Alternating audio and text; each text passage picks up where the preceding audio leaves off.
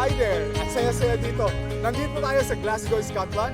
Barrio Fiesta. Dami-dami. Libo-libo ang tao. Pero we have two nurses sa katabi ko. Anong name mo? Geraldine Do. Ikaw? Imelda Ju. Ikaw ngayon, nasubukan mo na ang MXT before. Opo, matagal na. Capsule, yung coffee. Pareho. Nagdadala ka here, ha? Opo. But you want to introduce it kay Ma'am Imelda. Opo. Ma'am Imelda is a nurse.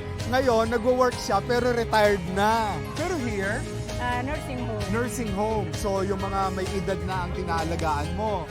And we don't want na siyempre magkaroon ng sakit tulad ng mga nandun, ano? And that is why gustong introduce sa'yo yung MX3. At saka wala kang maintenance, right? Wala po. So, yan ang maganda sa'yo, yung ating MX3 capsule, 500 mg. Alam mo, you can take it as your vitamin. Di ba nagba-vitamin ka? Yes. Ang kagandahan ng MX3 capsule natin, natural. Okay. At saka, Filipino. Oh, Tama, di ba? Filipino nga. Support the Support. Filipino. Yes. Thank you! Thank you, Thank you, MX3!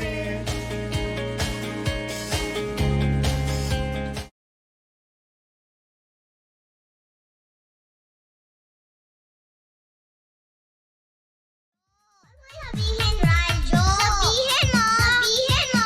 Energy! Energy! Lihim ng liham. Ang pinakamakulit na girlfriend mo sa balat ng radyo. Isang magandang morning sa inyong lahat! Ako pa rin po nag-iisang girlfriend mo sa radio. My name is Lindsay. Makulit pero may puso, handang makinig sa mga kwento mo. Alam mo, feeling ko kailangan mo na siyang iwan kasi it doesn't make sense. Ang kwento sa lihim ng liham. Mahal kong Lindsay. Kailan mo nga ba masasabing kilalang kilala mo na ang isang tao? Isa, dalawa, 3 taon? Sapat na ba yon para lubusan mong matukoy ang tunay na kulay ng taong mahal mo? DJ Lindsay, bagong kasal lamang po kami ng asawa ko, last January lamang. At dahil siya po ang lalaki, tulad ng sinasabi ng mga matatanda sa probinsya, ay dapat siya ang gumastos sa aming kasal. Ako, gown lamang ang binili ko. Yun lamang po ang ginastos ko sa lahat. Malaki po ang kita ng aking asawa, plus mula po siya sa isang mayamang pamilya. Sa wedding invitation po namin, nakalagay doon yung presensya ng mga bisita. At dahil nga po hindi naman kami after sa pera, inilagay po namin doon na ayos lamang kahit wala na kayong regalo. Yung presents nyo lang ay okay na. Hindi na namin kailangan ng kung ano pang aginaldo.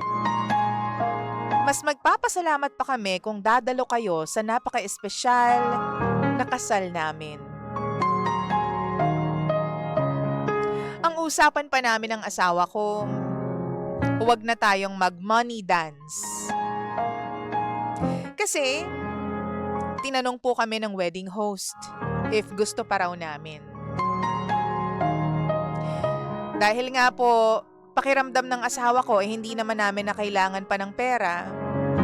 Pareho po kaming nagsabi na, wag na lang.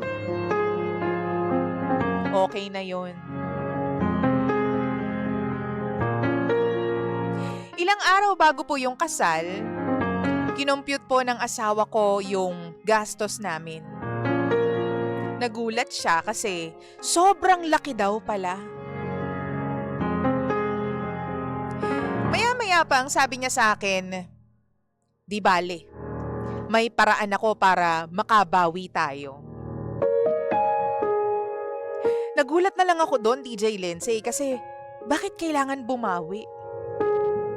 Para saan yung pagbawi? Akala ko ba hindi na kailangan pa ng regalo o ng monetary gifts. Nagulat ako, DJ Lindsay, kasi bigla siyang nag-announce na, sige, mag-money dance tayo. So, yun po yung in-announce nung host. Magkakaroon daw ng money dance. Gusto po ng asawa ko na per table, magsasabit po ng pera sa aming dalawa. Para daw alam niya kung sino ang magbibigay at yung mga hindi.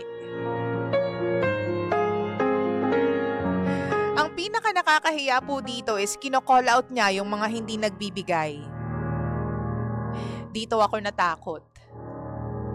Kasi po, yung pamilya ko, namomroblema na kasi wala naman sila talagang dalang malaking pera. Kasi nga, ang unang announcement is wala nang monetary gifts. Hindi na raw kailangan. Pero para hindi ma-call out ng asawa ko, yung aking pamilya, at para hindi mapahiya, ay nagsabit sila ng tig 1,000 pesos. Kahit na walang-wala po silang dala nung time na yun. During our honeymoon, mas madami pa yung oras na nag-compute siya ng mga gastos at ng mga regalo sa aming dalawa kesa pa doon sa pinaka-big event sa honeymoon namin. Ang sabi niya, kahit papano, nabawi naman. Ngayon, DJ Lindsay, napapaisip ako. Pakiramdam ko po kasi, mukhang pera ang napangasawa ko. Bagay na hindi ko po in-expect dahil hindi naman siya ganito noon. Pakiramdam ko po, hindi ko pa siya ganun kakilala pagdating sa pera. Ano po bang dapat kong gawin?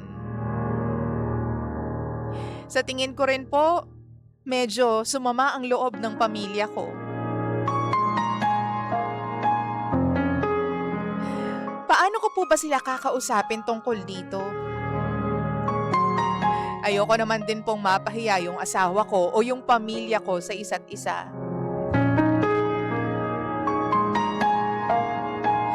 Tulungan niyo po ako, DJ Lindsay.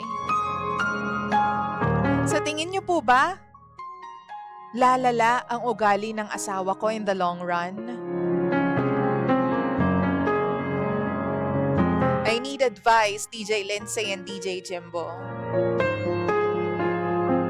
Ako nga po pala si Shai. At ito ang lihim ng aking liham.